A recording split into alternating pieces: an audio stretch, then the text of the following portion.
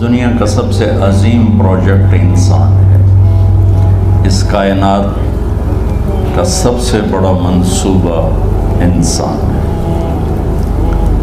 اس کائنات میں سوائے انسان کے اگر انسان نہ ہو تو اللہ کے لیے کوئی ریفرنس نہیں ہے۔ اللہ کو اللہ ہے، اللہ کیا ہے، اللہ کیسا ہے، پوری کائنات ہو اور انسان نہ ہو تو اللہ کا تعارف نہیں ہو سکتا۔ اس لیے ایک روایت میں سند کے لحاظ سے تو کمزور ہے، موضوع متن کے لحاظ سے صحیح ہے کہ میں ایک چھپا ہوا خزانہ تھا، کنت کنزا مخفیا فاردت ان اعرف فخلقت الانسان۔ میں ایک چھپا ہوا خزانہ تھا، میں نے چاہا کہ میرا تعارف ہو تو میں نے انسان کو پیدا کیا۔ پہاڑ ہوں، جنگل ہوں، دریا ہوں، درخت ہوں، جانور ہوں، پرندے ہوں، سمندر ہوں، مچھلیاں ہوں، شیر ہوں، چیتے ہوں، اللہ کی تو پہچان کروانے والا کوئی بھی نہیں ہے، تو اللہ کا پتہ کیسے چلے گا؟ تو اللہ نے انسان کو پیدا کی اور اس کو اپنا سب سے بڑا ریفرنس بنایا۔ سب سے عظیم شاہکار اللہ نے انسان کو بنایا۔ جب اللہ نے کائنات کے بنانے کا ذکر کیا قرآن میں، پوری کائنات، تو اپنا تعارف اور طرح سے کروایا۔ جب صرف ایک انسان کے پیدا کرنے کا ذکر کیا تو اپنا تعارف ایک عظیم الشان طریقے سے کروایا۔ اللہ اب کائنات کو کیسے بیان کے بعد کس طرح اپنا تعارف کرواتا ہے؟ ان ربکم اللہ، تمہارا رب ہے اللہ۔ کون ہے؟ الذی خلق السماوات والارض فی 6 ایام، جس نے 6 دن میں زمین آسمان بنائے۔ ثم استوى علی العرش، پھر عرش پر استوا کیا۔ یغشی اللیل النہار، دن رات کو آگے پیچھے چلایا۔ یطلبہ حثیثا، دن آگے دوڑتا ہے، رات پیچھے دوڑتا ہے۔ الشمس والقمر والنجوم، سورج چاند ستارے، مسخرات بامرہ، سب اللہ کے غلام ہیں۔ الا لہ الخلق والامر، سب غور سے سنو، خالق بھی اللہ ہے اور حاکم بھی اللہ ہے۔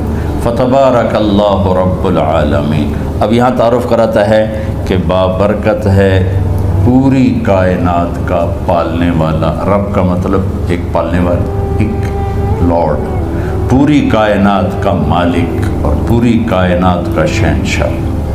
اب اللہ صرف انسان کو بتائے گا کہ میں نے انسان کو بنایا، پھر اپنا تعارف دیکھیں وہ کیسے کروائے گا۔ وَلَقَدْ خَلَقْنَا الْإِنسَانَ مِنْ سُلَالَةٍ مِنْ طِينٍ، ہم نے انسان کو مٹی سے نکال کر ایک جوہر میں بدلا۔ ثم خلقناہ نطفۃ فی قرار مکین، پھر اسے ایک مضبوط ٹھکانے میں جگہ دی۔ ثم خلقنا النطفۃ علقہ، پھر اس پانی کو ہم نے ایک جونک کی شکل دی۔ فخلقنا العلقۃ مضغہ، اس جونک کو لوتھڑے کی شکل دی۔ فخلقنا المضغۃ عظاما، پھر اس لوتھڑے میں ہڈیوں کو پرویا۔ فکسونا العظام لحما، پھر ان ہڈیوں پر شکل چڑھائی، گوشت چڑھایا۔ ثم انشأناہ خلقا آخر، پھر یہ شکلیں عطا فرمائیں۔ اس کے بعد اللہ کہتا ہے فتبارک اللہ احسن الخالقین۔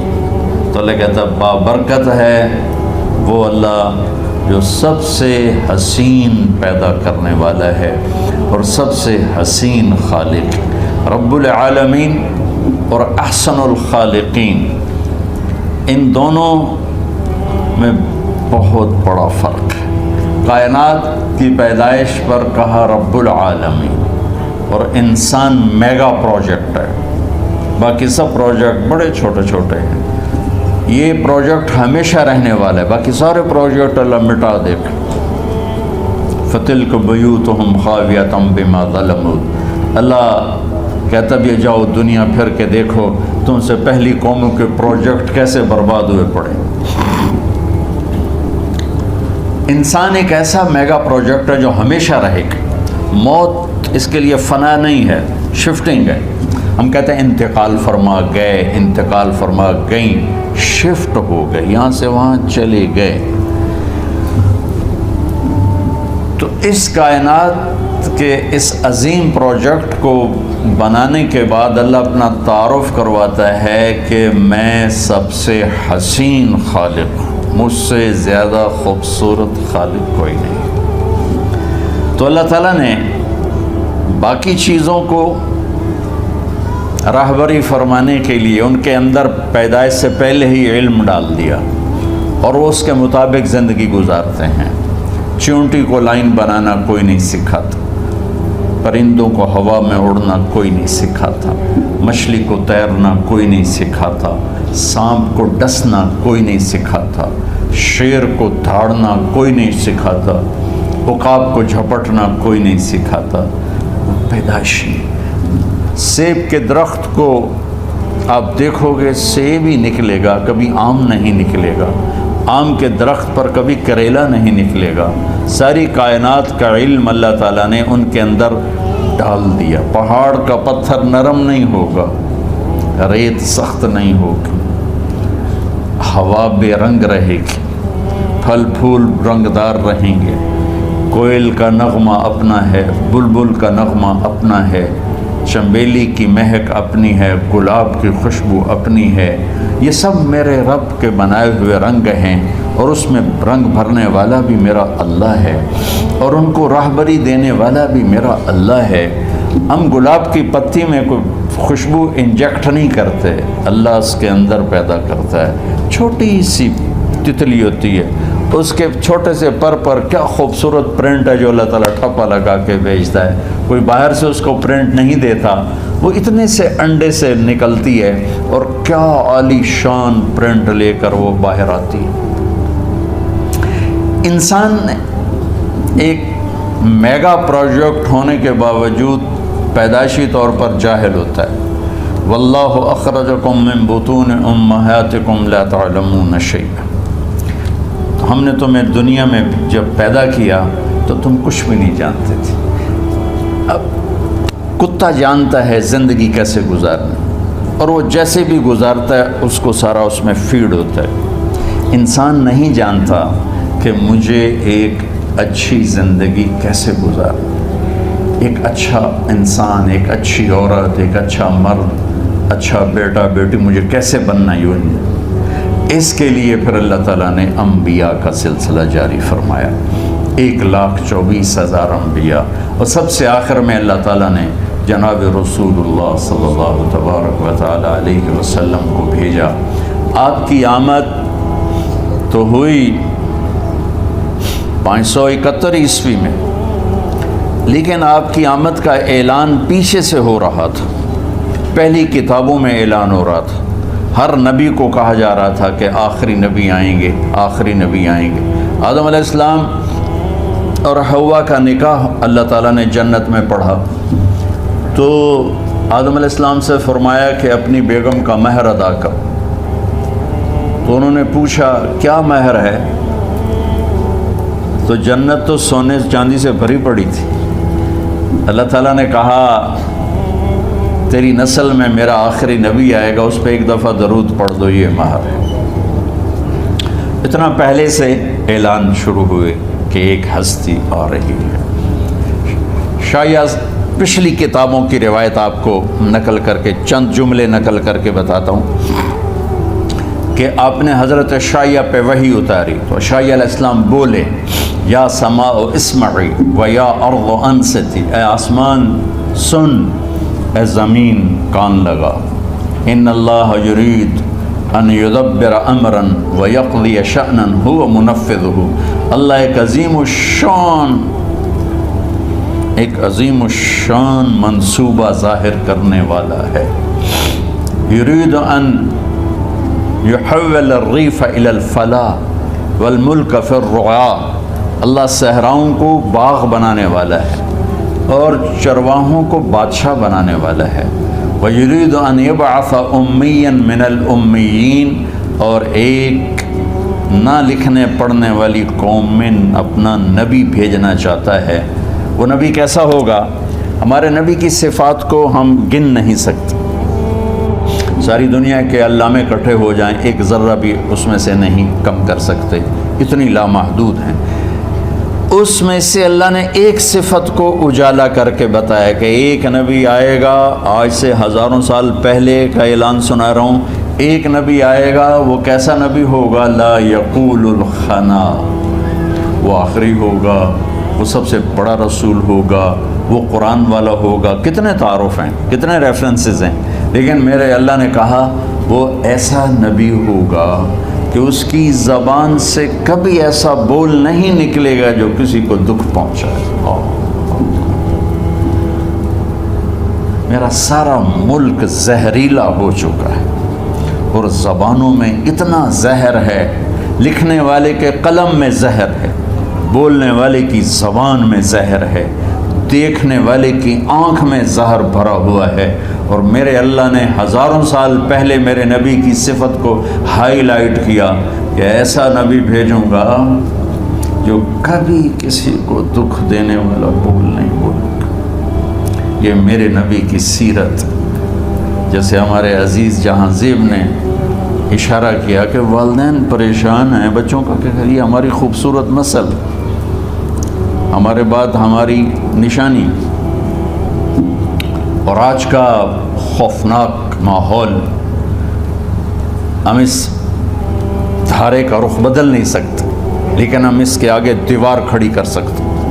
وہ ہے میرے نبی کی خوبصورت زندگی اور میرے نبی کا تعارف، چونکہ ہر بچہ اپنے اندر اللہ اس کے رسول کا تعلق لے کے پیدا ہوتا۔ وما خلقت الجن والانس الا لیعبدون، بنانے والا کہہ رہا ہے کہ میں نے مردوں عورتوں جنات کو ڈیزائن کیا ہے اپنی بندگی کے لیے، تو ان کے تو ڈیزائن میں یہ چیز ہے۔ بہت پہلے کی بات ہے، میری کمر میں درد ہوا، 2 مہینے کا ریسٹ بتایا ڈاکٹر، چھٹیاں تھیں جون جولائی، تو سارے بچے گاؤں میں آئے ہوئے تھے، میرے بچے، بھائی کے بچے، بہنوں کے بچے، پورا ایک میلہ لگوایا ہے۔ تو اب میں مصروف آدمی، فارغ رہنا مصروف آدمی کے لیے سب سے بڑی سزا ہے۔ میں کہا میں وقت کیسے گزاروں؟ تو میں نے سارے بچے اکٹھے کر لیے اور ان کو میں نے کہا بھائی آپ کو اپنے نبی کی کہانی سنا تھا، تو میں نے انہیں روزانہ اپنے نبی کی کہانی سنانا شروع کی۔ تو بچوں کی ایکسائٹمنٹ اتنی بڑھ گئی کہ 10 بجے کا ٹائم ہوتا تھا، 9:30 بجے بچے جمع ہو رہے ہوتے تھے، جلدی آئیں بابا جلدی آئیں، اور میں 1 گھنٹے کے بعد سٹاپ لیتا، بس بھائی باقی کل، کہتا نہیں اور ابھی اور سنائیں اور سنائیں۔ آخری دن میں نے مضمون بیان کیا، آخری دن آپ کی وفات، اب تھوڑی دیر کے بعد اس کو بیان کروں، وفات۔ تو اس کو سن کر میرا بھتیجا اس وقت کو ہوگا 5 سال کا، وہ اپنی ماں کے گلے رکھ کے اتنا رویا کہ سب کو رلا دیا، کہ کہنے لگا ہمارے نبی فوت کیوں ہو؟ حالانکہ اس کو بھی پتہ بھی نبی کیا ہوتا ہے، اس کو بھی نبی کی پوری ڈیفینیشن بھی معلوم نہیں، لیکن وہ چپ ہے جو اندر اللہ نے ڈالی، وہ ایکٹیویٹ ہو رہی تھی، وہاں میسج جا رہا تھا، تو ایکٹیویٹ ہو گئی، اس نے ہچکیاں لے کے رویا کہ ہمارے نبی فوت کیوں ہو گئے۔ اور میں عمرے پر گیا تو میرا بچہ سب سے چھوٹا 4 سال کا اپنی ماں کے ساتھ سلام پڑھنے گیا، تو وہاں ضد کر کے کھڑا ہو گیا، میں نے اپنے نبی کو دیکھنا ہے، ماما مجھے اپنا نبی دکھاؤ۔ ہم 4 سال کے بچے کو بیچارے کو تو پتہ ہی لیکن نہیں، میں نے اپنا نبی دیکھنا ہے، مجھے اپنا نبی دکھاؤ۔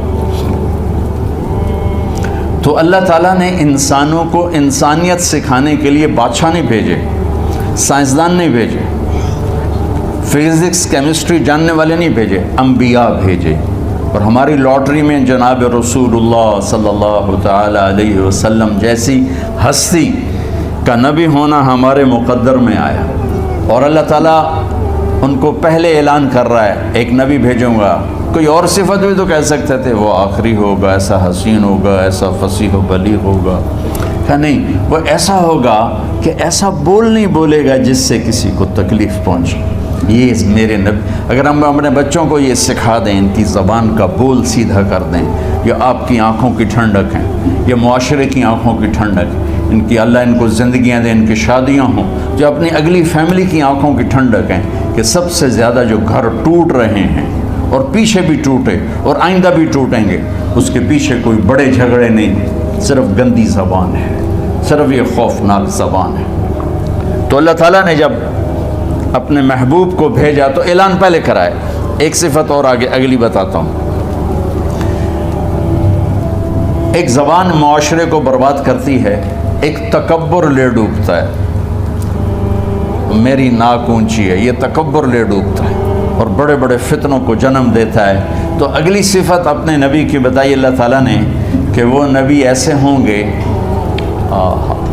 لَوْ يَمْشِي عَلَى الْقَصَبِ الْيَابِسِ لَمْ يُسْمَعْ مِنْ تَحْتِ قَدَمَيْهِ مِنْ سَكِينَتِهِ، کہ وہ نبی ایسی تواضع عاجزی والے ہوں گے کہ خشک لکڑیوں پر بھی چلیں گے تو چلنے کی آواز نہیں آئے گی۔ خشک لکڑی پہ چڑیا بھی ایسے چلے نا پنجوں کے ساتھ تو کڑ کڑ کڑ کڑ کڑ کڑ کی آواز آتی ہے۔ اور میرے اللہ کہہ رہے ہیں کہ ایک ایسا نبی بھیجوں گا جو خشک لکڑیوں پر بھی چلے تو اتنی عاجزی سے چلے گا کہ پاؤں کے چلنے کی آواز نہیں آئے گی۔ یہ دو صفتیں، ایک ہمارے اندر سے تکبر نکل جائے اور ایک زبان کا بول ٹھیک ہو جائے تو ہمارا معاشرہ خوبصورت ترین معاشرہ بن سکتا ہے۔ یہ نسل بچ جائے، یہ نسل محمدی ہے، یہ محمدی بن جائے۔ ہمارا یہ کاروبار ہے کہ ہم اس نسل کو محمدی بنانا چاہتے ہیں، انہیں والدین کی آنکھوں کی ٹھنڈک بنانا چاہتے ہیں، اس معاشرے کا بہترین فرد بنانا چاہتے ہیں، اور اس کے لیے سوائے سیرت کے اور کوئی نسخہ نہیں، کوئی ٹونک نہیں، چونکہ انسانیت کی معراج ہیں محمد مصطفیٰ صلی اللہ تعالی علیہ وسلم، حسن و جمال کی معراج ہیں محمد مصطفیٰ صلی اللہ تعالی علیہ وسلم۔ اللہ تعالیٰ نے آپ کو مکمل دین دے کر بھیجا، آپ نے 23 برس کی محنت فرمائی، 13 برس مکے میں، پھر جب وہاں رہنا مشکل ہو گیا تو آپ نے ہجرت فرمائی اور مدینے تشریف لے گئے، 10 برس وہاں قیام فرمایا۔ ایک آپ کو حدیث سناتا ہوں، میرے نبی نے فرمایا اپنے بچوں کو عزت دیا کرو، اکرموا اولادکم، خاص طور پہ ان ماؤں سے کہتا ہوں کہ جب ہم بچوں سے عزت چھین لیتے ہیں، ان سے ہم سب کچھ چھین لیتے ہیں۔ پڑھے نہیں ہو، اسکول نہیں گئے ہو، ٹیوشن نہیں پڑھی ہے، ہوم ورک نہیں کیا ہے، یہ کیوں کھایا، یہ کیوں پہنا، اس پر جب ماں اور باپ بچے کو ذلیل کرتے ہیں تو آپ یاد رکھیں آپ ان کے دلوں میں اپنے لیے نفرت بھر رہے ہیں۔ میرے نبی نے فرمایا بچوں کو عزت دو، اولاد کو عزت دو، وہ عزت تمہیں واپس کریں گے جب تمہیں ضرورت ہوگی، جب تم ان کے محتاج بنو گے تو پھر وہ عزت تمہیں واپس ملے گی۔ اگر ڈانٹ ڈپٹ تربیت کے نام پر کچھ نہیں ملے گا۔ تو آپ حسن حسین کو کیا عزت دیتے تھے؟ آپ نماز پڑھا رہے ہیں، نماز ہے مسجد کے اندر، گھر میں نہیں ہے، اور آپ سجدے میں گئے، دونوں بھائی کود کے کمر پہ چڑھ گئے۔ کوئی ہمارے آج کا دیندار ہوتا حضور تھے انہوں نے 2 لتر مارنے آئے، آپ نے سجدہ لمبا کر دیا، صحابہ کو خوف ہوا کہ آپ فوت ہو گئے۔ عبداللہ بن مسعود نے سر اٹھا کے دیکھا تو دونوں بھائی کمر پہ چڑھے ہوئے تھے اور آپ سجدے میں پڑے ہوئے تھے۔ انہوں نے ہاتھ آگے بڑھایا اتارنے کے لیے، تو آپ نے بغلوں سے دیکھا کہ کوئی ہاتھ آ رہا ہے بچوں کو اتارنے کے لیے، تو سجدے میں ایسے ہاتھ ہوتے ہیں تو آپ نے یوں کر کے ان کو روک دیا اشارے سے۔ جب تک حسن حسین علیہم السلام کمر پہ سوار رہے میرے نبی نے سجدے سے سر نہیں اٹھایا، یہ عزت دی۔ اور جب وہ اترے پھر آپ سجدے سے اٹھے، سلام پھیرتے ہی آپ نے دونوں بچوں کو گود میں لے کے فرمایا میرے ماں باپ ان پہ قربان، انہیں تکلیف نہ دیا کرو۔ اور آپ ان کے لیے گھر آتے، روزانہ ٹائم نکالتے۔ آج والدین کے پاس اولاد کے لیے ٹائم نہیں، کل اولاد کے پاس والدین کے لیے ٹائم نہیں ہوگا۔ اپنے بچوں کو میں یہ نہیں کہتا ہوں بیٹھ کے نصیحتیں کرو، صرف محبت ٹرانسفر کرو، ٹائم دو، موبائل آف کرو، ٹی وی آف کرو، اور صرف آپ اور بچوں میں ایک ایسا تعلق ہو کہ ان کا بلوٹوتھ بھی آن ہو جائے، آپ کا بلوٹوتھ بھی آن ہو جائے، اور سارا ڈیٹا ٹرانسفر ہو جائے۔ بلوٹوتھ کو آن کیے بغیر ڈیٹا ٹرانسفر ہوگا؟ دسو بھائی۔ تو ہمارے بچوں کے بلوٹوتھ آف ہیں اسکولنگ کی وجہ سے، ڈانٹ ٹپٹ کی۔ 3 سال کا بچہ والا اسکول جانے کے قابل ہوتا ہے؟ 3 سال کا بچہ ماں کی گود کے لیے ہوتا ہے، باپ کی چھاؤں کے لیے ہوتا ہے، وہ روتا ہوا جاتا ہے، روتا ہوا آتا ہے، روزانہ ماں باپ سے نفرت اپنے اندر وہ پیدا کرتا ہے اور اس کو پالتا ہے، بڑھاتا ہے۔ آپ گھر میں تشریف لاتے اور حسن حسین کے لیے گھٹنے ٹیک دیتے، ہاتھ ٹیک دیتے، آؤ بچوں اپنے اونٹ پہ چڑھ جاؤ، دونوں بچوں کو کمر پہ چڑھا کے اور پورے کمرے میں چکر لگاتے تھے۔ پھر پوچھتے تمہاری سواری کیسی ہے، اونٹ کیسا ہے؟ پھر دونوں کو اتار کے زینب کو بٹھاتے اور زینب کو پورے کمرے کا چکر لگواتے۔ شہنشاہ ہے انبیاء، انبیاء کے بادشاہ نہیں، پوری کائنات کی اللہ تعالیٰ نے آپ کو بادشاہی عطا فرمائی، سرداری عطا فرمائی، اور کائنات کی سب سے زیادہ مصروف ترین اور ذمہ دار ترین ہستی روزانہ بچوں کے لیے ٹائم نکالتے تھے۔ ادھر چھوٹا سا تاجر کہتا ہے ٹائم کوئی نہیں، یا مائیں کہتی ہیں ٹائم کوئی نہیں۔ یہ سارے دعا کرو کہ جب ہم دنیا سے جا رہے ہوں اللہ ہم پہ خوش ہو، اللہ ہم سے راضی ہو۔ کوئی بڑا مسئلہ نہیں ہے، فرائض کے ساتھ اللہ کو راضی کرو اور اچھے سلوک کے ساتھ اللہ کے بندوں کو راضی کرو۔ اپنی زبان کو خوبصورت بول کا عادی بنا، اس سے گالی، اس سے غیبت، اس سے چغلی، اس سے شکایت، اس سے تانے، اس سے طنز اللہ کے واسطے نکال دو، اور اس زبان کو میٹھے بول کا عادی بنا لو۔ کڑوے سے کڑوے زہریلے بولوں کو پی جاؤ، پی جا ایام کی تلخی کو بھی ہنس کے ناصر، غم کے سہنے میں بھی قدرت نے مزہ رکھا ہے۔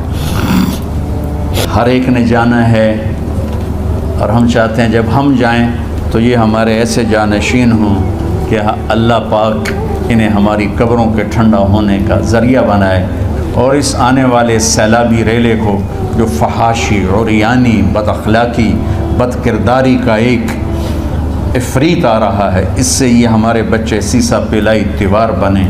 اس چیز کو اس طرح نہیں روکا جائے گا جیسے جہاں زیب نے کہا کہ کمروں میں بند کر دو، اس کو روکا جائے گا کہ ان کو اپنے محبوب کا شیدائی بنا دو، اپنے محبوب کی محبت دے دو، اور پھر کی محمد سے وفاتوں نے تو ہم تیرے ہیں، یہ جہاں چیز ہے کیا لوح و قلم تیرے ہیں۔